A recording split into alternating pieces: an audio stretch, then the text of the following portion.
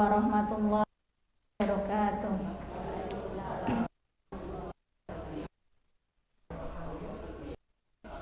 Alhamdulillah wa nastaghfiruh wa a'udzu billahi min syururi anfusina wa min sayyi'ati may yahdihillahu fala mudhillalah wa may yudlil fala hadiyalah. Asyhadu wahdahu la syarikalah wa asyhadu anna Muhammadan abduhu wa rasuluhu la nabiyya ba'dah.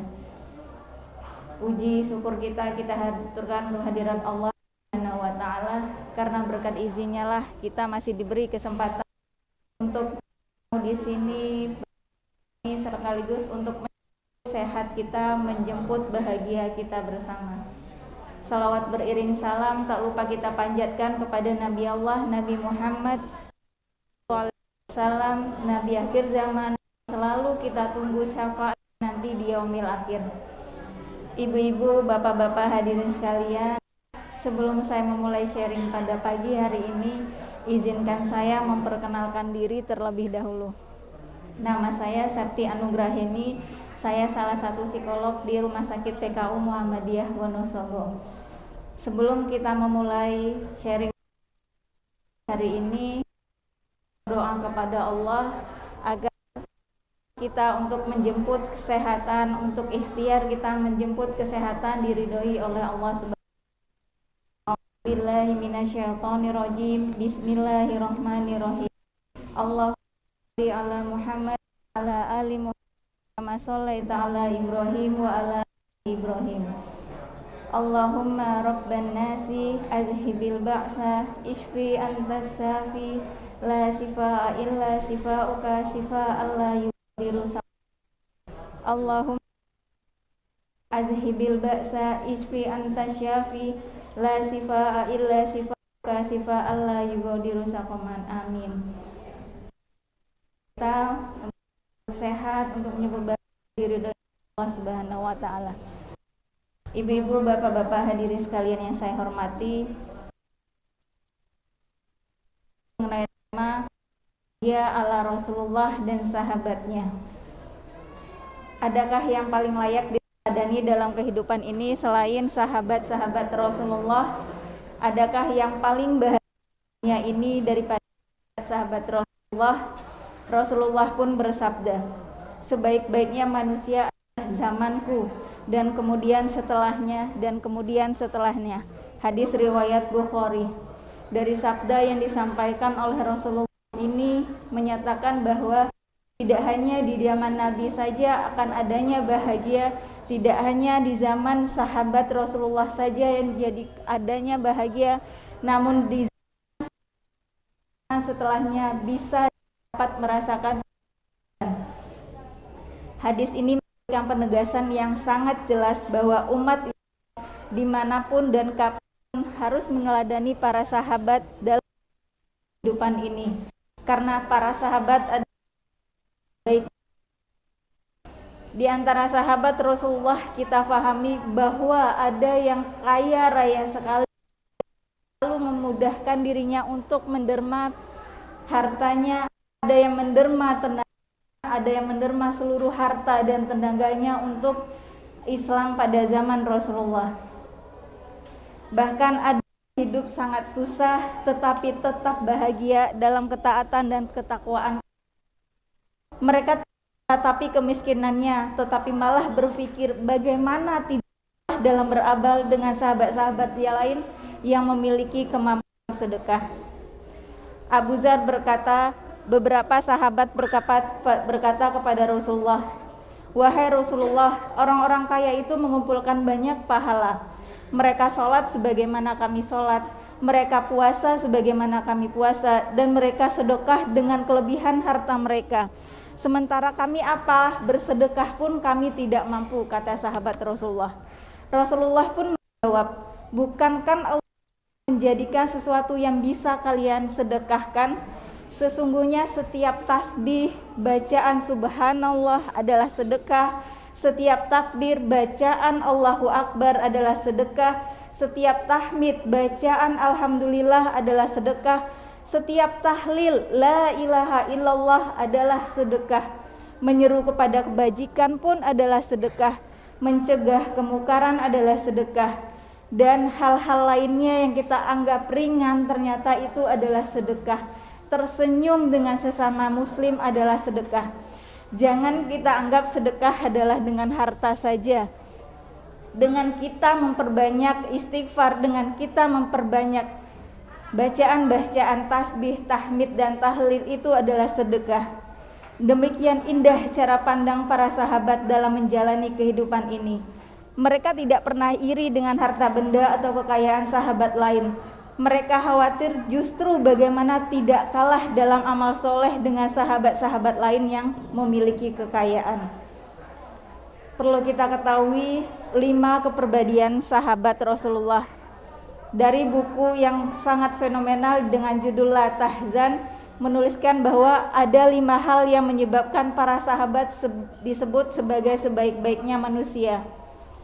Yang pertama, mereka menerapkan pola hidup sederhana dan tidak memaksakan diri. Para sahabat selalu menghadapi permasalahan. Kita tahu di zaman Rasulullah perang sesungguhnya adalah perang fisik. Mereka tidak takut untuk melawan musuh-musuh mereka. Mereka menghadapi permasalahan hidup yang besar, bahkan jauh lebih besar pada zaman kita sekarang. Namun kelebihan dalam apa yang telah mereka lakukan, menyembunyikan apa yang telah mereka menerapkan pola hidup sederhana, mengumbar apa yang telah mereka lakukan. Lalu yang kedua, para sahabat Rasulullah memiliki ilmu yang luas. Mereka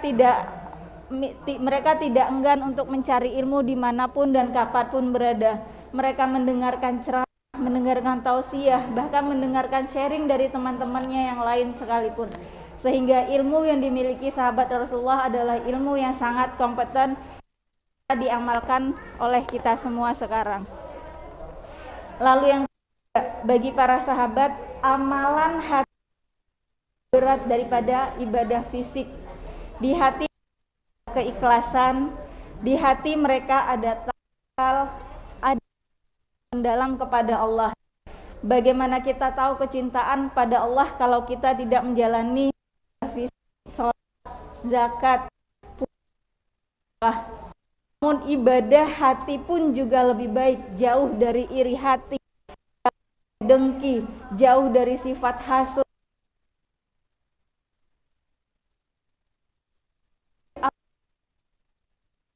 Amalanku diterima oleh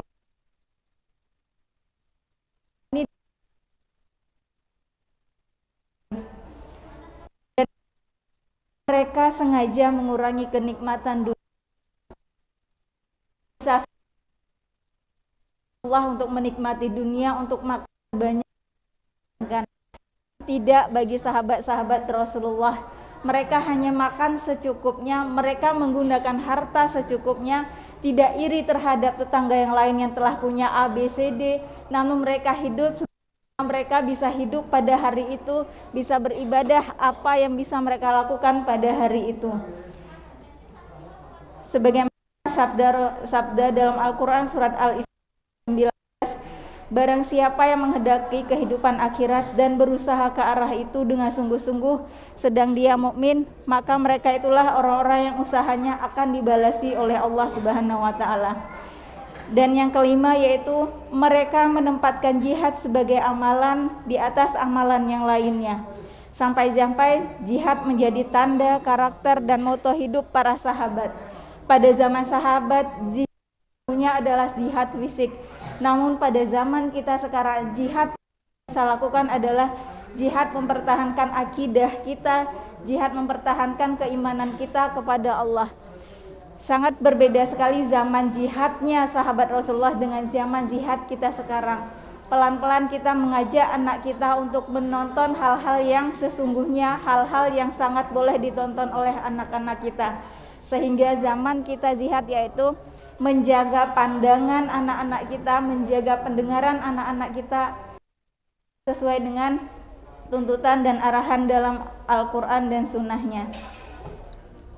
Demikian para sahabat dalam menjalani kehidupan ini, sehingga pantas jika mereka disebut Rasulullah sebagai sebaik-baiknya manusia. Hidup memang tidak selamanya indah, kadang duka nestapa menghampiri kehidupan kita.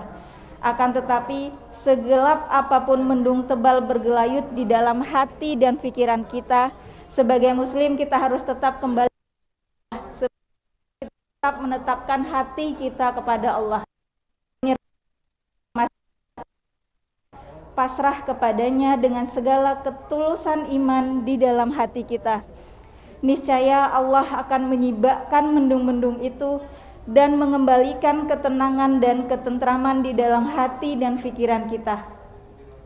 Inilah kunci sukses dan bahagia para sahabat dalam menjalani kehidupan dunia dan yang sementara ini. Oleh karena itu, mari kita latih diri kita secara perlahan dan tahap untuk bisa meladani pribadi-pribadi mereka yang dimulai di sisi Allah dan Rasul-Nya.